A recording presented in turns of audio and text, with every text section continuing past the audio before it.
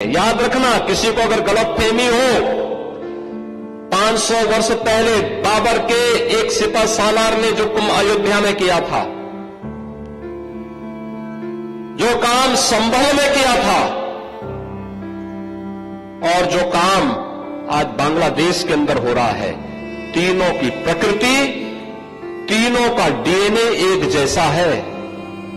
गलतफहमी में मत रहना।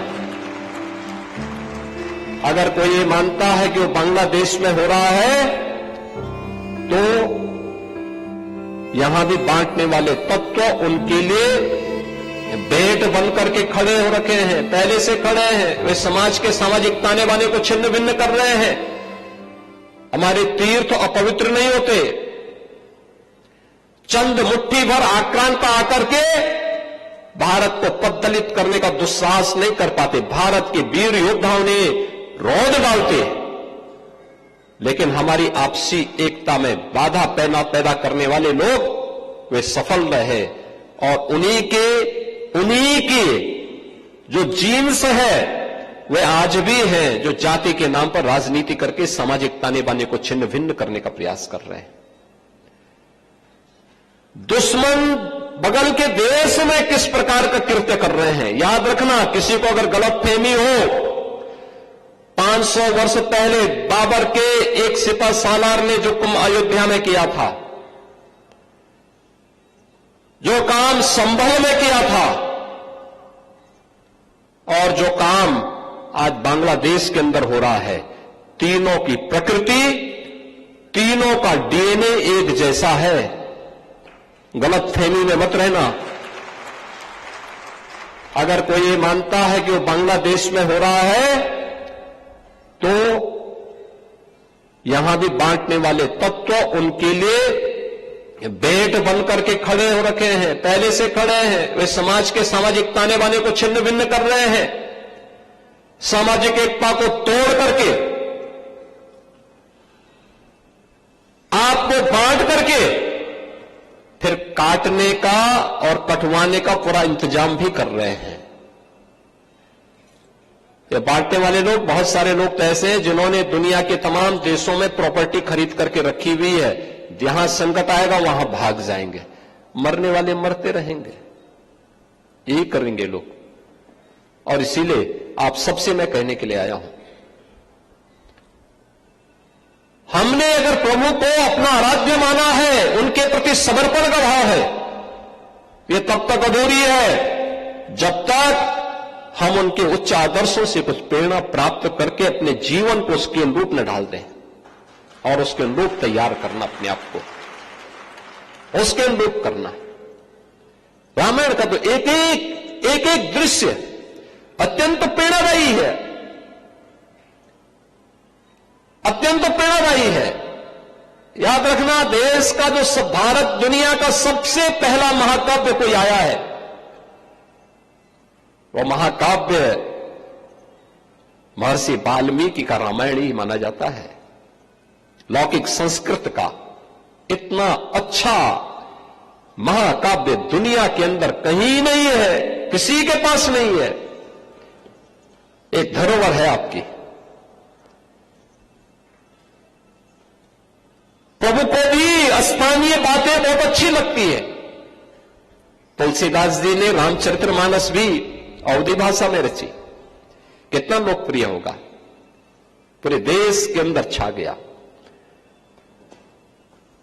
यानी ये धर्म के दोनों हेतु को, सांसारिक उत्कर्ष का भी और निःश्रेयस की पथ का भी अनुसरण करने की एक नई प्रेरणा प्रदान कर देता। एक साथ ये दोनों हमारे पावन ग्रंथ हम सबको एक नई प्रेरणा प्रदान कर रहे हैं। और बहनों और भाइयों, उन्हीं भावों को आगे बढ़ाने के लिए याद करिए, जब प्रधानमंत्री मोदी जी यहां पर आए थे, उन स्मृतियों को हम जीवंत बना सके, उसी के लिए अयोध्या में यह कार्य प्रारंभ हुआ। पहले अयोध्या धाम को उसका पुरातन गौरव प्राप्त हो। हम लोगों ने 2017 में यहां पर रामायण मेले के आयोजन को आगे बढ़ाया। यहां पर 2017 में दीपोत्सव के कार्यक्रम को आगे बढ़ाया। दीपोत्सव के कार्यक्रम ने आज एक नई ऊंचाई छुई है। आपने देखा होगा गत वर्ष दीपोत्सव के कार्यक्रम में दुनिया के 54 देशों के राजदूत और दूतावास के अधिकारीगण यहां आए थे। उस कार्यक्रम में कितने अभिभूत थे। लगातार 8वें वर्ष में उसने एक नए कीर्तिमान के साथ आगे बढ़ा है। राम जी की पीढ़ी, अयोध्या की सड़कों का चौड़ीकरण, अयोध्या में जो यात्री विश्रामालय बने हैं, अयोध्या के मठ और मंदिरों के सुंदरीकरण का कार्यक्रम, अयोध्या का सड़क मार्ग से, रेल मार्ग से और वायु मार्ग से जुड़ाव। ये देखो, हजारों वर्ष के बाद अयोध्या में एयरपोर्ट बन पाया और अब तो इंटरनेशनल एयरपोर्ट हो गया। और इसीलिए इनको भी पहचान प्रभु राम के साथ जोड़ करके किया गया। एयरपोर्ट का नामकरण होगा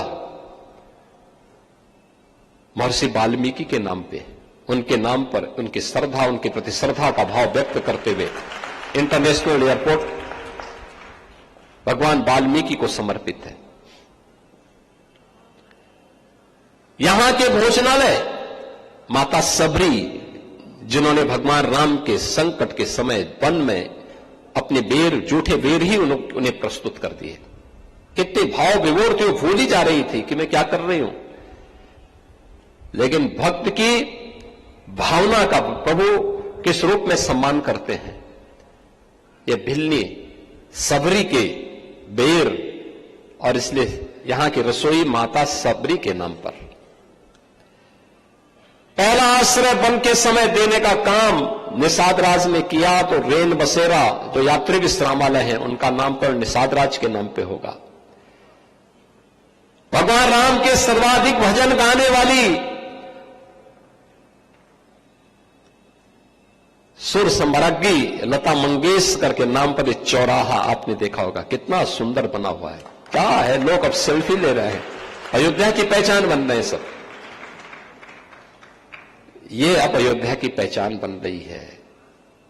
अब अयोध्या के संत, अयोध्या के नागरिक, अयोध्या का भक्त या अयोध्या आकर के जाने वाला कोई व्यक्ति होगा, कहीं वो बोले कि मैं अयोध्या से आया हूं, कितना लोग भाव विभोर होते हैं, प्रसन्न होते हैं देख करके, कितना सम्मान देते हैं। और उस सम्मान को सजोए रखने की आवश्यकता है, उसको आगे बढ़ाने की आवश्यकता है। अयोध्या को एक नई अयोध्या के रूप में प्रस्तुत करने का दायित्व हम सबका होना चाहिए। यहां पर जगत गुरु राम दिनेशाचार्य जी महाराज कह रहे थे ना कि रामायण मेले को भी उसी, अरे हम तो बोल ही रहे हैं अयोध्या में कुछ नयापन करके लेके आइए, हम सहयोग करेंगे, सरकार पूरा सहयोग करेगी, सरकार की उससे निश्चिंत रहिए। केंद्र और राज्य सरकार भरपूर सहयोग करने को तैयार है। इसमें शोध होने चाहिए, कार्य होने चाहिए, नए नए तौर तरीके से हमें से आगे बढ़ाने की तैयारी करनी चाहिए। बड़े भव्य रूप में आएगा अयोध्या में, जो कुछ हो सकता है। देश की पहली सोलर सिटी, हमने सूर्यवंश की राजधानी को पहली, यहां पे जो बिजली मिल रही है, अब वो बिजली कहीं और से नहीं आ रही है, उससे कोई प्रदूषण नहीं हो रहा। भगवान सूर्य से जो रोशनी मिल रही है वही रोशनी यहां की सड़कों पर और यहां के घरों में जल रही है, रिन्यूएबल एनर्जी की। याद रखना, पहली सोलर सिटी अयोध्या बनी है। अब राम जी की पेड़ी में सरयू जी का जल सड़ता नहीं है, एक तरफ से आता है, दूसरी तरफ से निकल जाता है। अलग विषय है, श्रद्धालु लोग लाभ लेते हैं, लेकिन सर्वाधिक लाभ उसका किसी ने लिया, वेदांती जी ने लिया, क्योंकि इनका आश्रम पहले रास्ता नहीं था। अब घाट से आते वहीं पर स्नान करके फिर वापस चले जाते हैं। तो ये सभी कार्य हो रहे हैं और होते रहेंगे, अनवरत सिलसिला आगे बढ़ेगा। और रामायण मेले को भी एक नई ऊंचाई तक ले जाने की आवश्यकता है। और यह आयोजन तब होता है जब प्रभु राम का मां जानकी के साथ वैवाहिक बंधन का कार्यक्रम संपन्न होता है। याद करिए, हजारों वर्ष की इस स्मृति को जो लोग हमारे इतिहास के बारे में नहीं जानते, उनको क्या पता,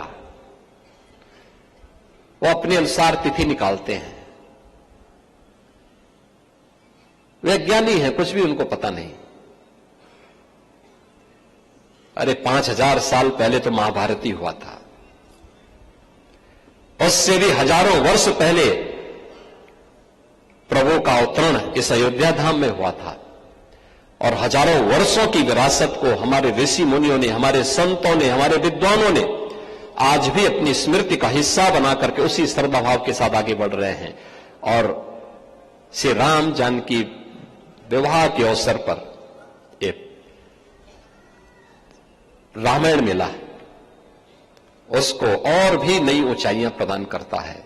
और मैं चाहूंगा आयोजन समिति में अच्छे विद्वानों को, अच्छे संतों को रख करके, समाज के हर तबके से जुड़े हुए श्रेष्ठ जनों को रख करके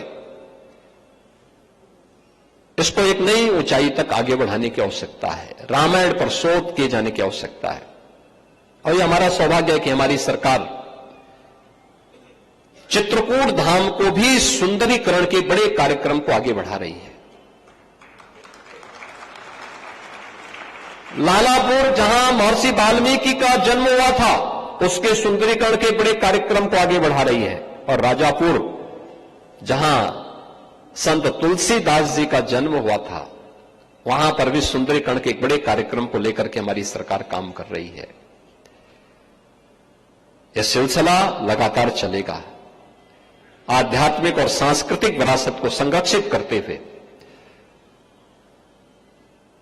सांसारिक उत्कर्ष के लिए भौतिक कार्यों को भी आज की आवश्यकता के अनुरूप हम एक नई ऊंचाई तक पहुंचाने का कार्य करेंगे। इस संकल्प के साथ रामायण मेला आयोजन समिति जिस प्रकार से सहयोग की अपेक्षा करेगी, सरकार उसमें भरपूर सहयोग करेगी।